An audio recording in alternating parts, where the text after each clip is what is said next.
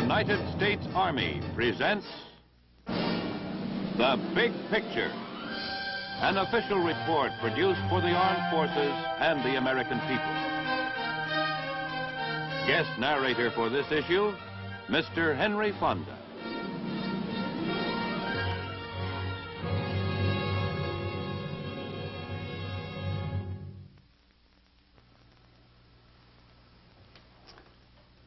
This man wears the uniform of the Special Forces. And to use the word special in describing him is no mistake, as you'll see during the next half hour. He's a mature, dedicated, and skillful professional, and his line of work is demanding. It takes in the full scope of unconventional or guerrilla operations.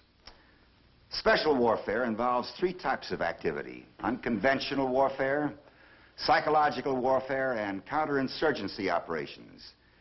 And this last includes the complete range of military, political, economic, and sociological action.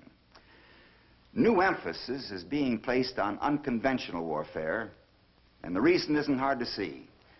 Today, the threat of war takes three forms: general nuclear war, conventional war, and guerrilla or unconventional war. Fortunately, the world has never yet seen a general nuclear war. Conventional warfare, the regular forces of two or more nations in combat, but without using nuclear weapons, we know all too well. But at the moment, no such traditional war is going on. Unconventional warfare is a different story. In a number of key spots around the world, intense guerrilla operations are underway right now. And it makes little difference to the people of a country whether they lose their freedom to an invading army of regulars or through the action of guerrilla forces sponsored by an outside power. Special forces, as such, are something fairly recent in American history, but our experience with this kind of operation goes back to our beginnings as a nation. Matter of fact, if you've got a nickel that's old enough, you can take a close-up look at one of the greatest guerrilla fighters the world has ever known. The American Indian taught us some painful lessons in this department. Of necessity, we learned them well.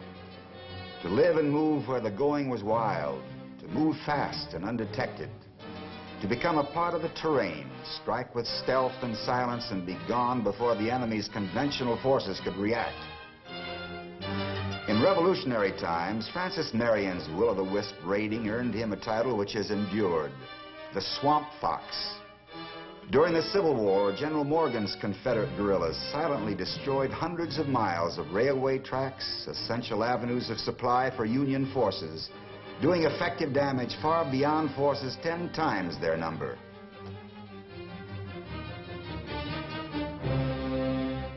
During World War I, Lawrence of Arabia organized Arab guerrilla forces and led them to a successful defeat of the Turkish army. And throughout World War II, the Axis armies faced determined and effective opposition everywhere, as partisans in Russia, France, Greece, Yugoslavia, Italy, Poland, and elsewhere snarled communications, ambushed patrols, and cut supply lines. In France, the legendary Maquis was built up even while under the heel of occupation troops. And when the time came, its men were ready and organized for action. From D-Day on, these guerrilla forces were worth 15 divisions to the Allied effort, according to the Supreme Commander, General Dwight D. Eisenhower.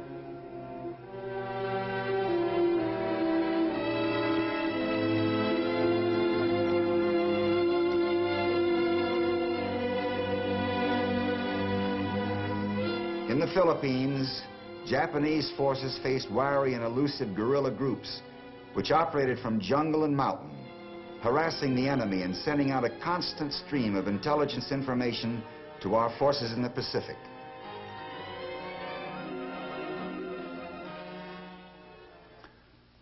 Since World War II, guerrilla operations have flared up in dozens of places around the world. Recent headlines have spotlighted such areas as Laos, Vietnam, and of course Cuba. We have to be able to meet this kind of threat and to help others to meet it, and we intend to. A prime answer is this man and many others like him, the men of the Special Forces. This is their story. If you come at it from the air, Fort Bragg, North Carolina looks much like any other Army reservation in the southeastern United States. A sprawl of buildings surrounded by thousands of acres of pine woods, hills, swamps, and streams. But Fort Bragg is different.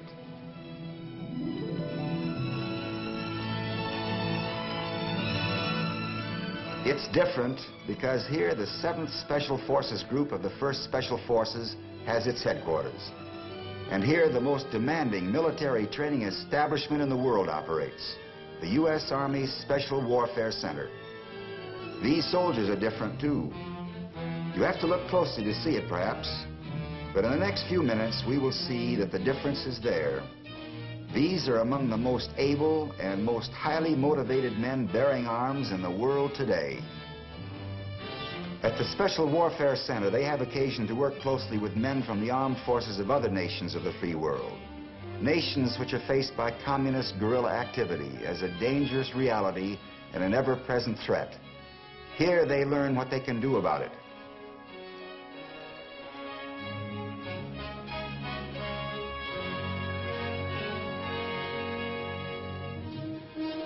To begin with, every Special Forces soldier must be airborne qualified. Before he can even begin his intensive specialized training, he must have won the right to wear the wings and canopy insignia of the paratrooper, in itself an item not lightly acquired.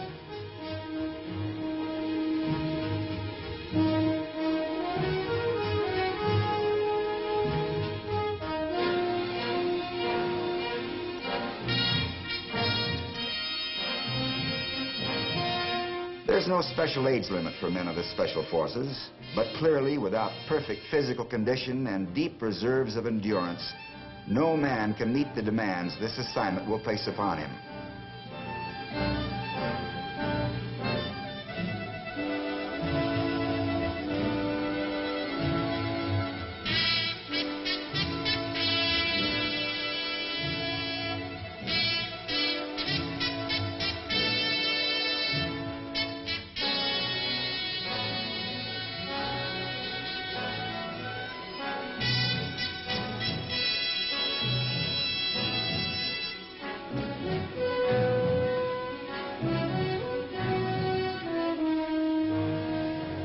The nature of the work calls for a close working acquaintance with dozens of foreign weapons, as well as a perfect knowledge of every light weapon used by our own armed forces. Every lesson must be learned well. Each man must know his specialty inside out, because when the time comes, he must himself function as a highly able teacher of everything he's been taught.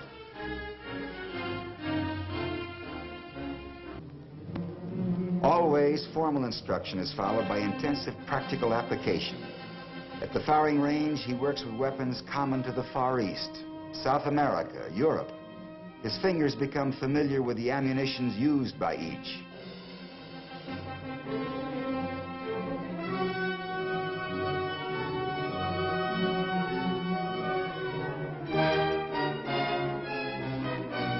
He gets the feel of the weapons in his hands, stamps their individual characteristics indelibly in his thinking.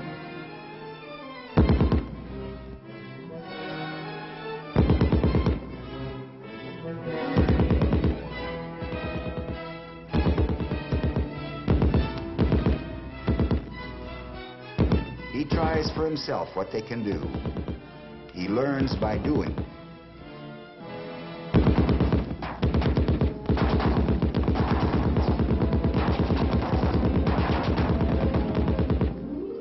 Second required skill is communications. Every man of a Special Forces team must be able to assemble and use the components of portable long-range transmitter receivers. And the communications specialist must be able to repair and maintain the equipment, even build a set from parts available. In all skills, the men are cross-trained. This means that a man must be expert in his particular specialty and competent to handle the job of others as well. So the communications specialist must be able to send and receive 18 words per minute in Morse code. But every man must be capable of at least 5 words per minute.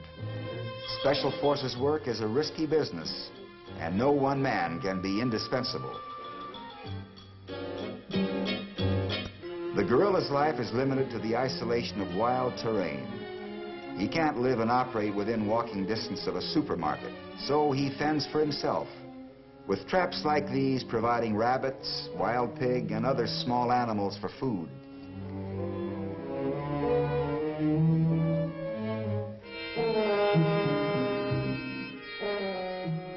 Traps, too, can act as silent, deadly sentries, patiently awaiting the approach of hostile men.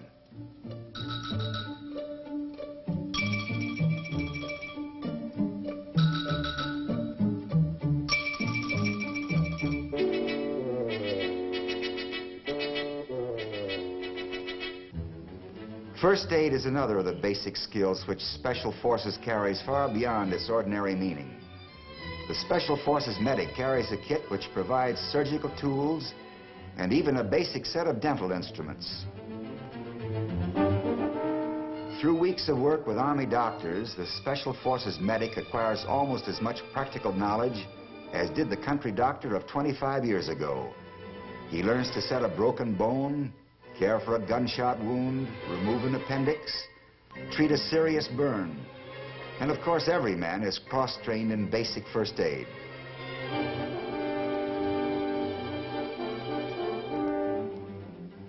At Fort Bragg, the potential Special Forces soldier learns to blow up just about anything, with just about anything. A prime function of unconventional forces is to disrupt lines of communication and supply.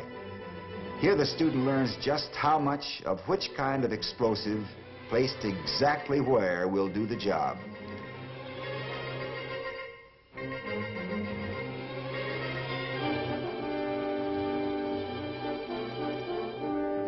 He learns, too, to make a deadly weapon of hands, feet, elbows, fingers. Instruction in judo and karate is very thorough. As you will have gathered, these are determined, aggressive soldiers. But if you're looking for a bunch of wild men who go around breaking up the furniture on Saturday night, you'll be disappointed. 3 M's characterize the Special Forces man: maturity, motivation, military. Emotional maturity is a must, and lack of it will wash a man out fast.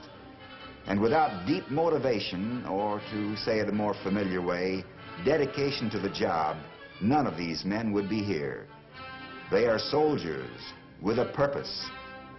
As one officer aptly understated it, American citizens interested in doing something for their country. Their work in doing something for their country will take them to places where knowledge of the local language is essential. A total of 19 different languages is taught at the Special Warfare Center, ranging from Chinese to Czech, from Spanish to Vietnamese. Every man learns at least one of them.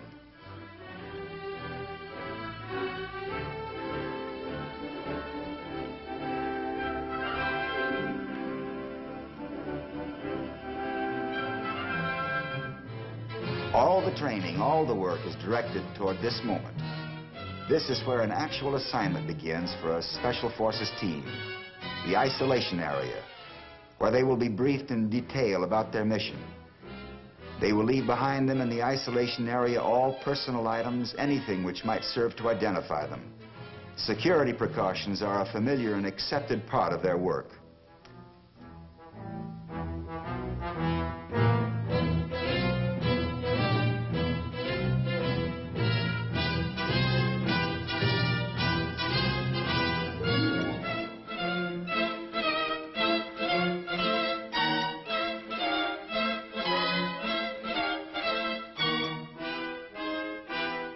Here they will stay until they move out, without fanfare, unnoticed, to their destination.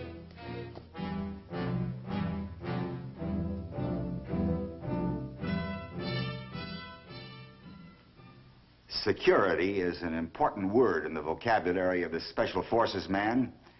He understands the necessities involved and accepts them without losing his sense of humor. For example, a popular poster at the Special Warfare Center featured the familiar face of Groucho Marx with an 8-word slogan, "Say the secret word and get 20 years." Besides the main training operation at Fort Bragg, there are Special Forces centers located in the Far East and in continental Europe. From these 3 areas, men can be sent to wherever their skill and dedication are needed. In the meantime, that skill is kept sharp by the constant pressure of realistic and detailed training missions. You're going to get a look at one of these now. The Alps. Beautiful, but a cruelly rugged place to conduct military operations. In other words, perfect training country. In a small valley near the Swiss border lies the German town of Bad Tolz. And here is the United States Army's Flint Kaserne, headquarters of the 10th Special Forces Group in Europe.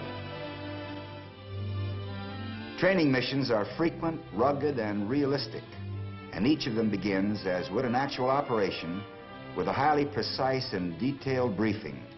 Here the leader of a Special Forces team outlines the job ahead. Airdrop into a remote valley, ski cross-country to rendezvous at an isolated partisan headquarters, and help partisan forces in the demolition of an important railway bridge deep in the mountains. Other United States soldiers will act as partisans and as aggressor forces.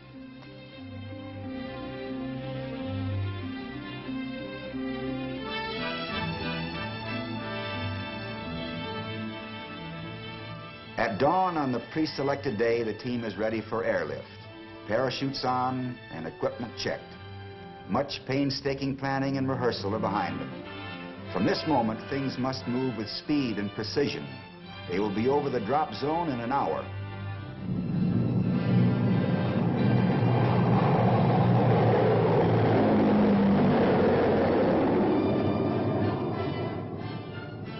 At the drop zone, a reception committee of friendly partisans awaits the drop.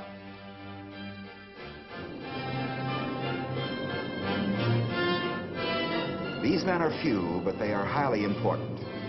Consider this bit of arithmetic. Skillfully directed guerrillas can tie down conventional troops 10 times their number. And a single Special Forces team can organize, train, and direct a force of 1,500 guerrillas. It is possible for the men leading this aircraft to be the means of immobilizing 15,000 trained enemy troops. The reception committee works swiftly for their assembly. There's only slight danger of hostile observation in this high mountain-locked valley, but every moment of time between now and the demolition of the objective is spoken for.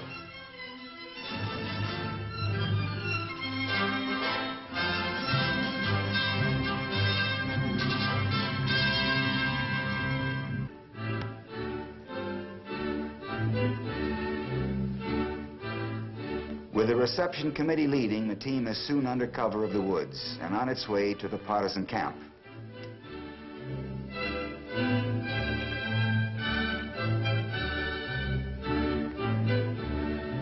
Partisan headquarters at the moment is an abandoned woodcutter's hut several miles from the valley and still higher in the mountains.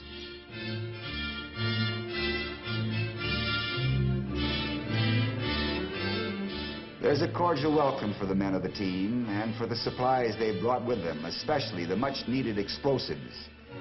Just now, however, there's little time for socializing. The schedule is pressing. Much remains to be done.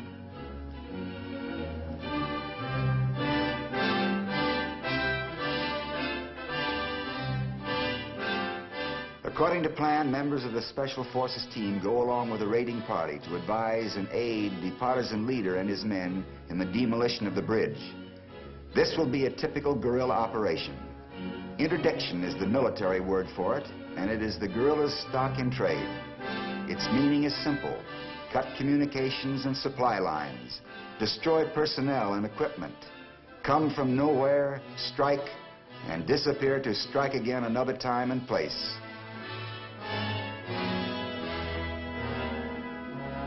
This is high country, beautiful country.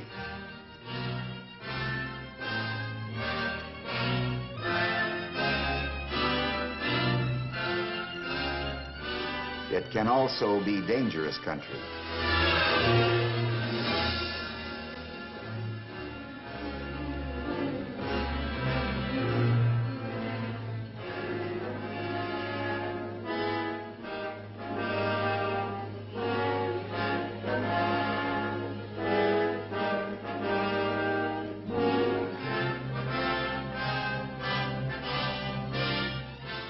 At a point within a few hundred meters of the bridge, the men remove their skis and place them so they face back along the escape route.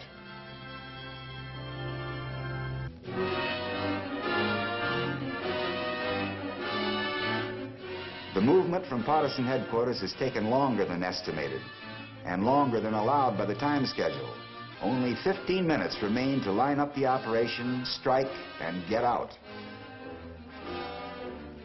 The bridge is there as described. The sentries patrolling it are from a command post just up the hill beyond the bridge. From this moment, the entire operation will have to be virtually soundless.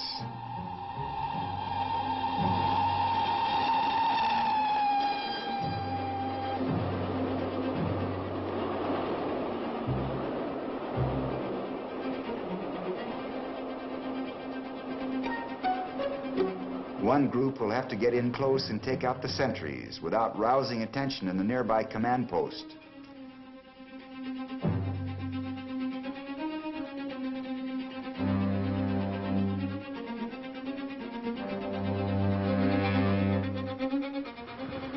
A second group will work into positions near the bridge from which they can move quickly to set their demolitions charges as soon as the sentries have been silenced.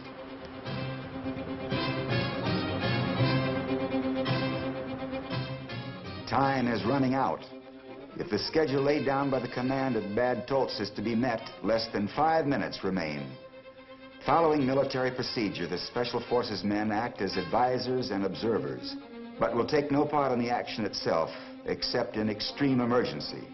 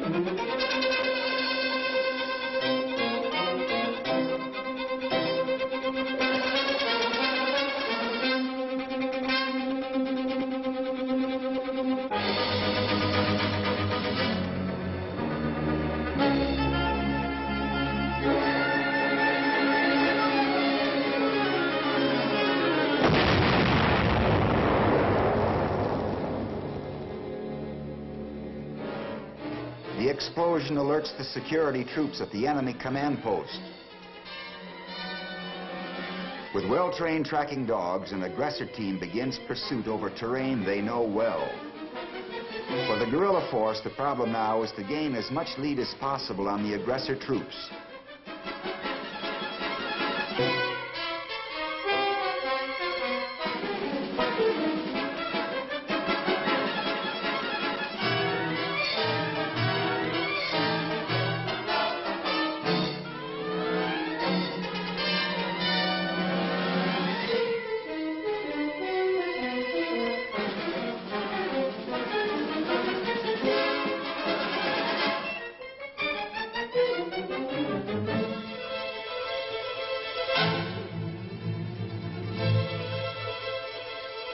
The guerrilla party makes good time, widening its lead as each mile draws the men trailing them deeper into unfamiliar territory.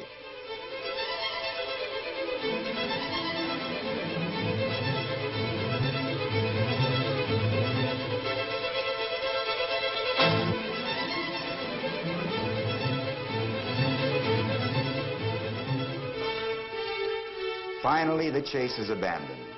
Even the most determined hunter may hesitate to follow a mountain cat into its home thicket. The mission is over, all objectives accomplished. Who are these men? They're soldiers. Soldiers who know that the only guarantee of freedom today, or at any time, is in the willingness and ability of individual men to do whatever must be done, wherever it must be done, to preserve that freedom. This willingness and this ability is what makes of these men the Special Forces.